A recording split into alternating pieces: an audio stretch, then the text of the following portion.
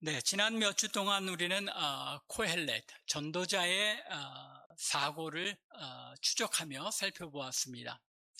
이 전도자가 조금은 어려운 것까지도 사고하는 이 철학자, 기독교 철학자라고 할 수 있을 것 같습니다. 구약 성경 최초의 이제 기독교 철학자인 것 같습니다. 이 코엘렛이 우리가 살펴본 바에 의하면 인간이 해 아래서 곧 이 세상에서 하나님 없이 추구하는 그 모든 일들, 그 어떤 일들도 인간에게 만족과 기쁨을 그리고 행복을 가져다 줄 수 없다고 선언한 것을 살펴보았습니다. 자기의 경험 속에서 이 코엘렛은 술, 곧 육체의 쾌락에 의지해서 삶의 만족을 찾아보려고 노력하기도 했고, 또 큰 건축 사업을 통해서 자신이 뜻하는 바, 자신의 욕망, 야망을 성취함으로써 만족을 얻으려고 해보기도 했습니다. 또 자신이 가진 그 모든 부와 명예, 권세를 이 왕으로서 가진 모든 것을 마음껏 누려봄으로써 만족을 얻으려고 시도해보기도 했습니다. 하지만 코엘렛은 그 모든 일들이 결코 참된 만족과 기쁨을 가져다 주지 못하였음을 고백할 수밖에 없었습니다.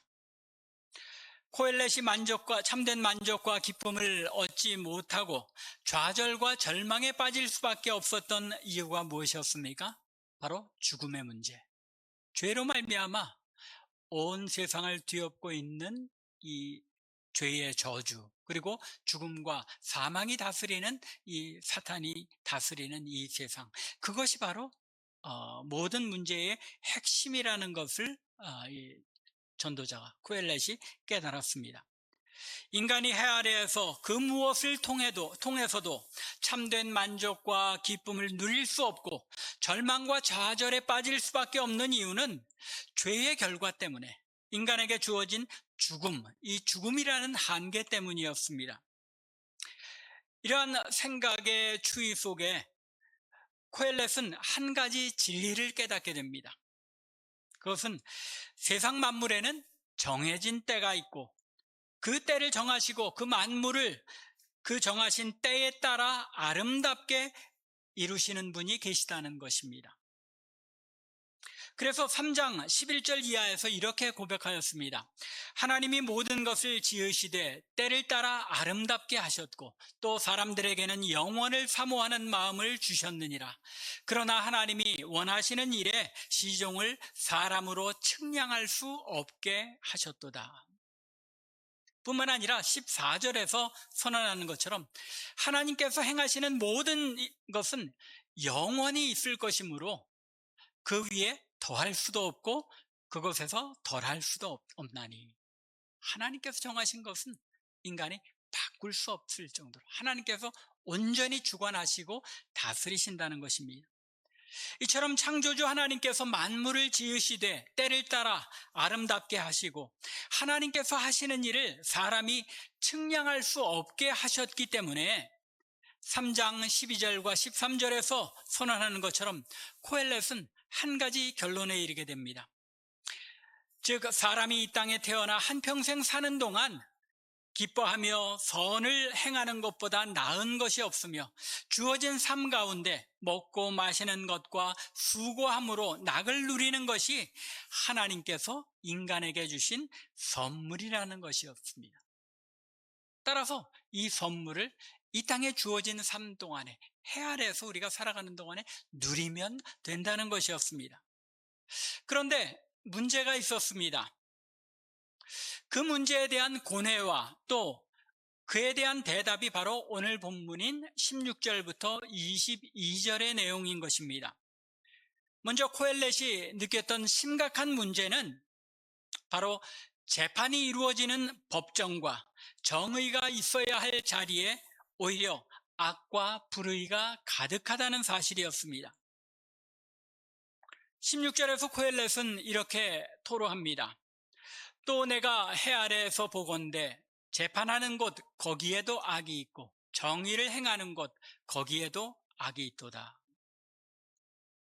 또 내가 해 아래에서 보건대, 이 표현은 이제까지 우리가 살펴본 바와 같이 코엘렛이 새로운 주제로 넘어가는, 이제 새로운 주제를 우리가 다시 한번 생각해 봅시다 하고 이야기할 때에 이야기의 전환을 이룰 때에 즐겨 표현하는 사용하는 표현입니다. 즉, 하나님께서 만물의 때를 정하시고 그 정하신 때에 따라 아름답게 하시면서 만물을 그분의 주권에 따라 통치하는 것을 깨닫게 되었는데, 거기에 문제가 있더라는 것입니다. 어떤 문제입니까? 하나님은 공의로우신 분이신데 이 공의가 그 하나님의 철저한 통치 가운데서 왜 이루어지지 않고 있느냐는 것입니다. 하나님의 공의에 대해서는 성경에서 여러 곳에서 이 사실을 선포합니다. 모세는 신명기 32장 4절에서 이렇게 주장합니다. 그는 반석이시니 그가 하신 일이 완전하고 그의 모든 길이 정의롭고 진실하고 거짓이 없으신 하나님이시니 공의로우시고 바르시도다.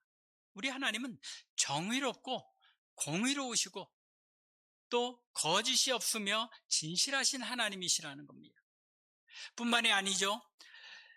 이사야 61장 8절에서는 하나님께서 친히 하나님 자신에 대하여 뭐라고 말씀하십니까? 무릇 나 여호와는 정의를 사랑하며, 하나님은 정의를 사랑하는 하나님이심을 선언하십니다. 그래서 하나님께서는 당신의 백성들에게도 이 정의를 요구하시며 당신의 선지자들을 수없이 이스라엘 백성들에게 보내셔서 이 정의를 이룰 것을 요구하십니다. 그래서 아모스 선지자 같은 경우는 아모스 5장 24절에 뭐라고 선언합니까? 오직 정의를 물같이 공의를 마르지 않는 강같이 흐르게 할지어다. 옛날 번역이 더 간결하게 시적이었죠. 네. 정의를 물같이 공의를 하수같이 흐르게 할지어다. 하나님의 백성들에게도 이 하나님의 의가, 공의가 반영이 되어서 이 공의로움이 나타나야 하는데, 이처럼 하나님께서 공의로운 하나님이신데 그 하나님이 주권적으로 다스리신다면 하나님의 백성들의 삶 속에 최소한 공의가 이루어지고 나타나야 할 텐데 코엘렛이 보기에는 전혀 그러지 못하다는 것입니다. 최소한의 공의도 나타나지 않고 있는 것에 대하여 이 코엘렛은 안타깝게 여기며 한탄합니다. 그 최소한의 공의가 이루어져야 하는 곳이 어디입니까? 그 하나님의 통치가 최소한으로 나타나야 하는 곳, 그것이 바로 재판하는 곳, 즉 법정입니다. 최소한 그곳에서는, 법정에서는 정의가 이루어져야 하는 것입니다. 그런데 어떻다는 것입니까? 거기에도 악이 있어서, 부패가 있어서 정의가 올바로 시행되지 못하더라는 것입니다. 코엘렛은 이 사실을 강조하기 위해서 시적 대꾸를 이루며 이 내용을 표현합니다. 7절 다시 한번 살펴보면 먼저 17절에 17절이 아니죠. 16절입니다. 내가 해 아래에서 보건대 재판하는 곳 거기에도 악이 있고 정의를 행하는 곳 거기에도 악이 있도다. 여기에 재판하는 곳을 반복하면서 뭐라고 표현하고 있습니까? 정의를 행하는 곳. 그런데 거기에도 악이 있고 거기에도 악이 있다 하고 반복하는 후령구에서는 동일한 내용을 반복합니다. 재판하는 곳, 법정, 그곳이 어떤 곳이 되어야 한다는 것입니까? 정의를 행하는 곳이 되어야 하는데 거기에도 악이 있다는 사실을 강조하고 있는 것입니다. 코엘렛은 이처럼 시적인 반복을 통하여 자신의 통탄스러운 감정을 표현하고 있는 것입니다. 이것이 코엘렛 시대 법정의 모습이었습니다. 오늘날 우리가 살아가는 이 시대에도 참 공의가 사라지고 정의를 살펴볼 수 없다는 이것이 우리에게 큰 슬픔이요 아픔이지 않습니까? 한국 사회를 보면 유전 무죄, 무전 유죄, 또 유권 무죄, 무권 유죄, 그런 말들이 있죠. 권력이 있으면 법에서 무죄를 받고, 돈이 있으면 무죄를 받고, 또 정치적으로 보면은 판사들도 이쪽과 저쪽으로 나뉘어서 자신들의 마음이 쏠리는 대로 무죄를 주기도 하고 또 유죄를 내리기도 합니다. 정의의 기준이 사라져버렸다는 거죠. 코엘렛이 느꼈던 그 시대의 그 사회를 오늘날 우리가 이 시대에 동일하게 똑같이 느끼고 있는 것입니다. 코엘렛은 이러한 부조리, 즉 정의가 시행되어야 할 곳에서 정의가 나타나지 못하고 있는 것을 보면서 이 문제를 자신의 마음에 어떻게 받아들여야 할지, 어떻게 이 문제를 해결해야 할지를 고민을 거듭합니다. 코엘렛 자신도 왕으로서 수많은 재판을 행하였습니다. 여러분들 잘 아시는 솔로몬의 재판, 유명하죠? 두 사람이 한 아기를 놓고 자기의 아들이라고 주장할 때 이 솔로몬이 지혜롭게 판결해서 친모가 누구인지를 판결해서 그 아이를 그 어머니에게 주었습니다. 그토록 많은 재판을 행하였던 솔로몬이었지만 자신을 돌아보아도 재판의 이런저런 개인 감정이나 또는 부패로 말미암아 올바른 재판을 하기가 어려웠던 것을 스스로 알고 있다는 것입니다. 공의로운 재판을 이룬다는 것이 이렇게 어려운 일이라는 것을 충분히 자신의 체험을 통해서 느끼고 있는 것입니다.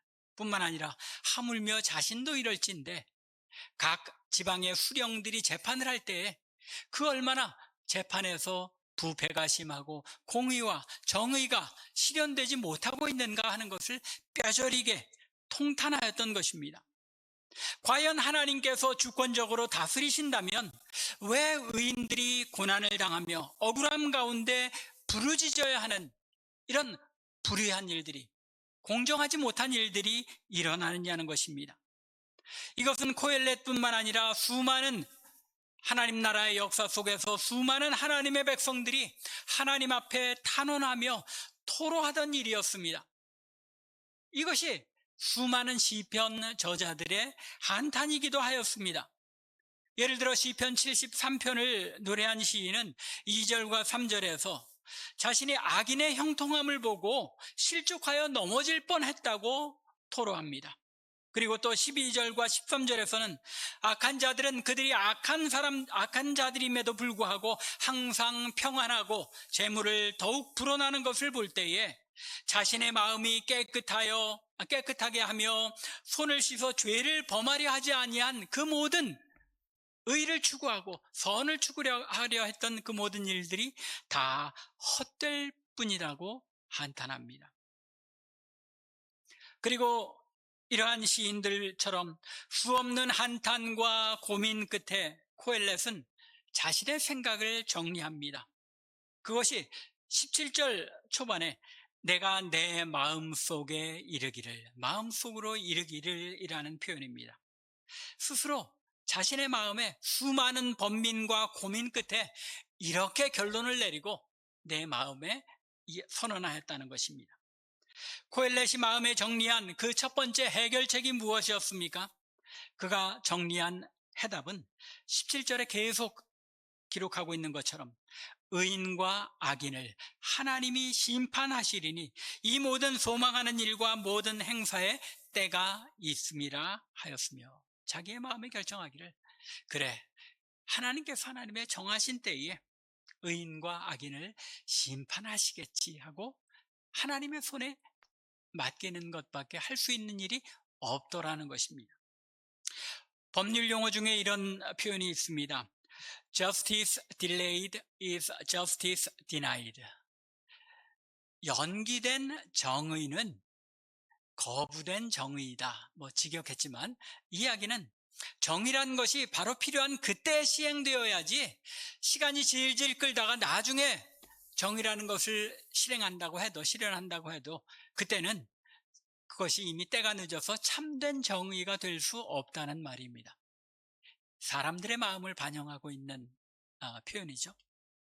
예를 들어서 범죄를 당하여 사랑하는 가족을 잃게 된 사람들이 있는데 신속한 조사와 재판을 통하여 그 범죄자에게 실형이 내리는 것을 보지 못한다면, 그것을 보다 못해서 기다리다가 그 남은 가족들마다 마저 정의가 실현되지 못하는 것에 낭망하여 생명을 포기하거나 목숨을 끊게 되면, 나중에 재판을 통하여 그 범죄자에게 실형이 선고된다고 해도 그것이 의미 있는 공의의 실천이라고 볼 수 없다는 것입니다. 어떻습니까? 여러분들 생각에는 어떠세요? 지금 당장 우리가 필요한데 지금 정의가 이루어지지 않는다면, 그래서 내가 억울함이 풀어지지 않는다면, 과연 나중에 하나님께서 풀어주신다고 해도 여러분들 만족하실 수 있겠습니까? 그렇지만 이 땅을 살아가는 인간이기에, 우리가 그 문제를 해결할 수 없는 연약한 자들이기에, 하나님의 때가 더 정확한 때인 것을 믿고 하나님께 맡길 수밖에 없는 것, 그것이 인간이더라라는 것입니다. 이것이 전도자가 깨달은 첫 번째 해결책이었습니다. 공의가 지금 이루어지지 않고 있는데 어떻게 해야 하느냐? 우리는 하나님께서 하나님의 때 해결하실 것을 보고 기다리는 것밖에 방법이 없더라는 것입니다. 코엘렛이 내린 결론은 하나님께서 하나님의 정하신 때에 심판하심으로써 공의를 이루실 것을 믿고 기대할 수밖에 없는 것, 그것이 유한한 인간, 해 아래 살아가는 인간의 한계더라라는 것입니다. 비록 현실적인 관점에서는 명쾌한 결론은 아니지만, 하나님께서 행하는 일의 시종을 사람으로서는 측량할 수 없게 하셨기 때문에 우리는 겸손하게 하나님의 다스리심을 믿고 의지할 수밖에 없다는 것입니다. 이것이 첫 번째 코엘렛이 내놓은 대답이었습니다. 코엘렛이 고민 끝에 내놓은 두 번째 해결책은 18절부터 22절에 잘 나타나 있습니다. 내용이 조금 긴 내용이니까 결론부터 간단하게 말씀드리자면, 22절에서 그 결론을 코엘렛이 이렇게 말합니다. 그러므로 나는 사람이 자기 일에 즐거워하는 것보다 더 나은 것이 없음을 보았나니, 이는 그것이 그의 몫이기 때문이라. 그 뒤에 일어날 일이 무엇인지를 보게 하려고 그를 도로 데리고 올 자가 누구이랴. 결국 그 누구도 자신이 죽은 뒤에 일어날 일이 무엇인지를 보게 하려고 자신을 죽은 후에 다시 이 세상에 살려서 다시 데리고 올 수 있는 사람은 없으므로, 그가 이 땅에 사는 동안에는 공의니 뭐니 하는 것은 뒤로 하고 그의 몫으로 주어진 삶 속에서 자기 일을 즐거워하는 것, 그거 외에 다른 방법이 없더라는 것입니다. 이것 역시 만족스러운 해답은 될 수 없겠죠. 그러나 코엘렛이 고민하기에 이거 이상 인간이 할 수 있는 일이 없더라는 것입니다. 왜 코엘렛이 이런 결론에 이를 수밖에 없게 된 것입니까? 그 이유가 18절부터 21절에 나타나고 있습니다. 코엘렛이 이렇게 설명합니다. 18절에서 코엘렛은 다시 내가 내 마음속으로 이르기를이라고 표현합니다. 그럼으로써 그 이하에 자신이 설명하는 내용이 하나님의 주권적인 통치에도 불구하고 공의가 나타나지 않는 그 문제에 대하여 자신이 마음에 얻은 두 번째 해답임을 강조합니다. 지금 이게 두 번째 해답인 것을 알 수 있는 게 17절에서도 똑같이 내가 내 마음속에 이르기를, 자기의 그 얻은 답을 이야기하고 있죠. 18절에서도 또 내가 내 마음속에 이르기를 함으로써 이게 두 번째 답인 것을 분명하게 언급을 하고 있습니다. 그러면 왜 22절에 언급한 것과 같은 해답, 곧 사람이 자기 몫으로 주어진 삶, 곧 자기 일에 즐거워하는 것보다 더 나은 것이 없다는 불만족스러운 이런 대답을 내놓게 된 것입니까? 그 이유는 또다시 죽음의 문제 때문이었습니다. 19절과 20절입니다. 인생이 당하는 일을 짐승도 당하나니 그들이 당하는 일이 일반이라. 다 동일한 호흡이 있어서 짐승이 죽음같이 사람도 죽으니 사람이 짐승보다 뛰어남이 없음은 모든 것이 헛됨이로다. 다 흙으로 말미암았으므로 다 흙으로 돌아가나니 다 한 곳으로 가거니와. 결국은 흙으로 지으심을 받았기 때문에 흙으로 돌아갈 수밖에 없는 것. 바로 이 죽음의 문제, 이 죽음의 한계 때문에 짐승이나 인간이나 크게 다를 바가 없다는 것입니다. 진짜 다를 바가 없습니까? 흙으로 지으셨다는 그 사실에만 다름이 없는 것이죠. 그리고 하나님께서 인간에게 이런 죽음이라는 한계를 주신 이유를 언급합니다. 그 이유가 무엇입니까? 18절입니다. 인생들의 일에 대하여 하나님이 그들을 시험하시리니 그들이 자기가 짐승과 다름이 없는 줄을 깨닫게 하려 하심이라 하였노라. 하나님께서 왜 죄로 말미암아 인간들에게 죽음이 임하는 것을 그대로 허락하셨다는 것입니까? 인간들로 하여금 스스로가 교만하여 하나님 앞에 대적하여 죄를 범하는 그 인간은 연약한 짐승들과 다를 바가 없다는 것을 스스로 깨닫고 겸손하게 하나님 앞에 나오게 하기 위해서, 하나님께서 인간을 시험하기 위해서 이 죽음이라는 올무, 굴레에 얽매여 있도록 내어주셨다는 것입니다.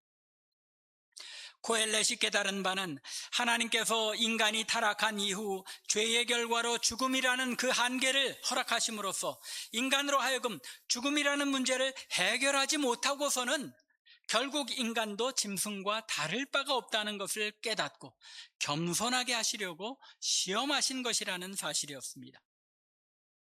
하지만 코엘렛은 여기에 문제 해결의 실마리를 슬쩍 끼워 넣습니다.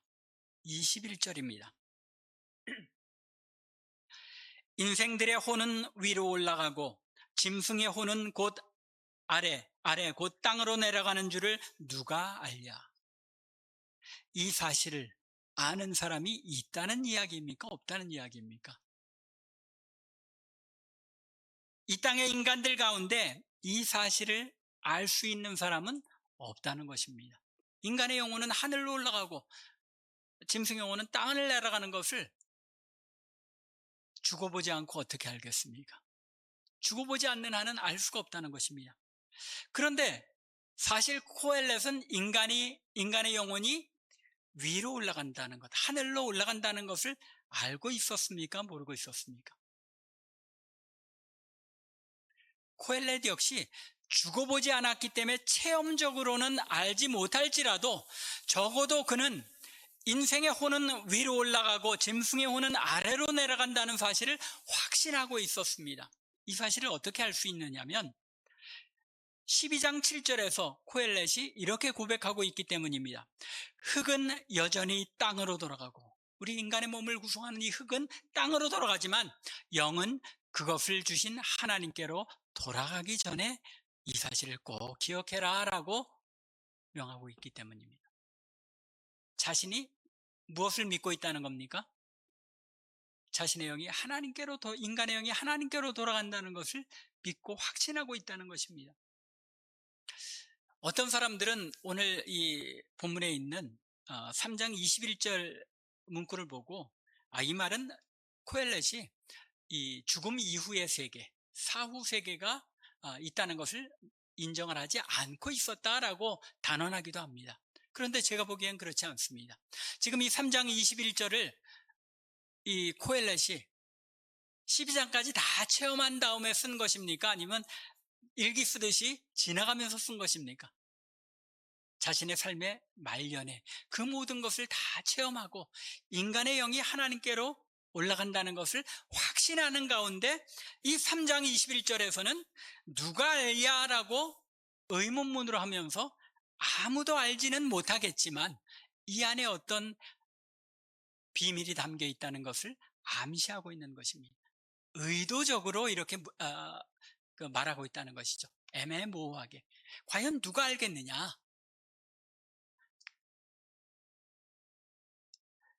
이 말씀을 통해 코엘렛은 자신이 이미 알고 확신하고 있는 내용임에도 불구하고 모든 보편적인 인간의 입장에서 죽음의 문제를 해결하지 못한 상태에서 즉, 이 비밀을 알지 못한 상태에서는 인간이나 짐승이나 다를 바가 없는 것이므로 해 아래 살아가는 인간의 본질적인 문제에 대한 자신의 판단은 결국 이렇다 하고 설명하고 있는 것입니다.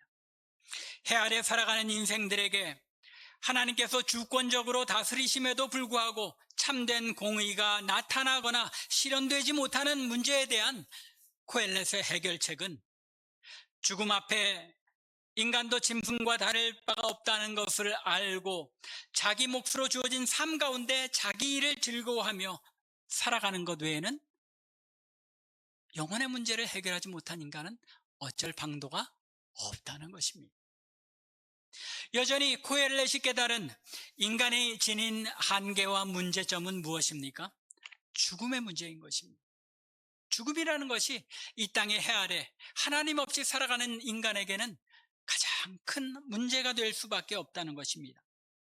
또 이것이 하나님의 주권적 다스리심에도 불구하고 인간의 삶의 공의가 실현되지 못하는 것을 우리가 주변에서 볼 수밖에 없는 이유인 것입니다.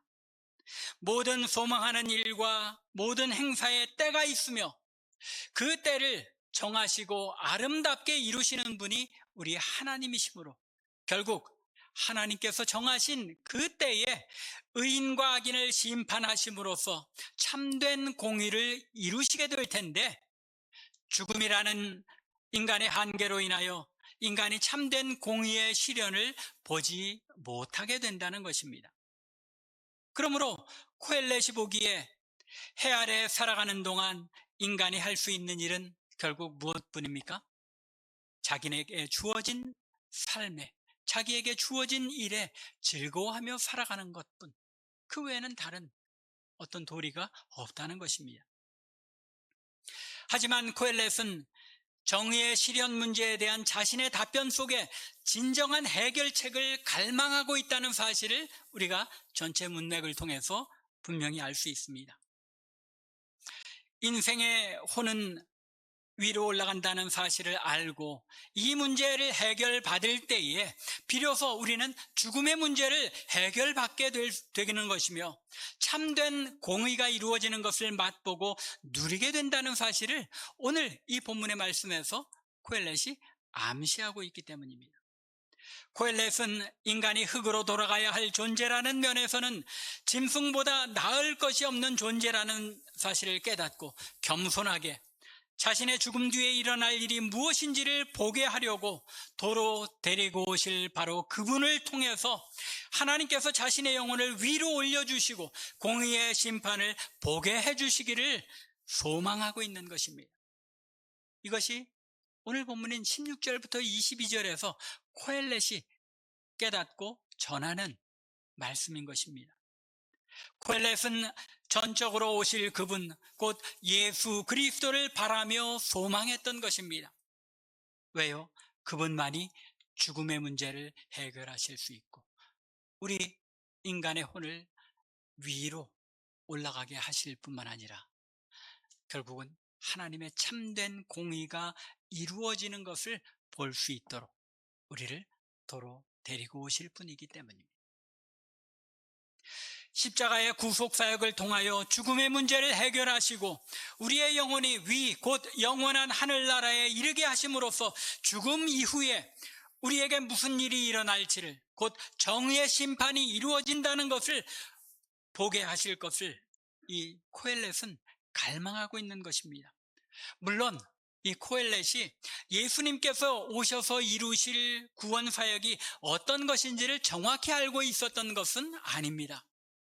하지만 창세기로부터 지속적으로 약속된 여인의 후손이 오셔서 죽음의 문제를 해결하심으로써 우리의 영혼을 위로 올라가게 하시고 죽음 이후의 일들을 보게 하실 것이라는 사실을 희미하게나마 내다보며 그것을 소망하는 믿음을 가졌던 것입니다. 우리는 코엘렛이 이처럼 희미하게 멀리 내다보았던 일들을 우리 생애 가운데, 우리의 삶의 한가운데 이루어 주시는 은혜를 맛본 사람들입니다. 그렇게 우리는 코엘렛보다도 더 분명한 확신을 가지고 우리의 영혼을 곧 영원한 하나님 나라에 올라가게 하셔서 참된 공의가 이루어지는 것을 보게 해줄 것을 믿고 확신하는 삶을 살 수 있는 것입니다. 왜요? 예수 그리스도를 통하여 우리를 이미 구원하신 것을, 성령을 통하여 우리를 하여금 깨닫게 하시고 믿게 하시고 감사하게 하시지 않습니까?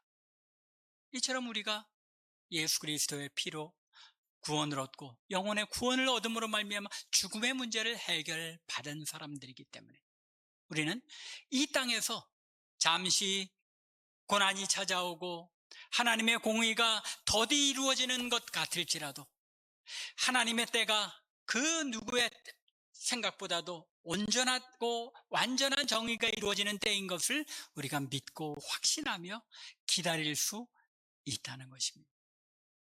이 믿음이 우리의 확신이 될 수 있기 바랍니다. 코엘렛은 바라보기만 했던 그 구원의 은혜를 우리는 이미 누리며 우리의 영혼이 위로 올라가 영원한 심판, 곧 하나님의 참된 공의가 이루어지는 것을 목도할 수 있는 그런 은혜를 누리게 되었다는 것, 늘 감사하며 이 땅의 삶 가운데 하나님의 공의의 실현을 온전히 믿고 기다리는 가운데 영광된 하나님의 백성의 삶을 살아내는 저와 여러분들 될 수 있기를 주님의 이름으로 간절히 축원합니다.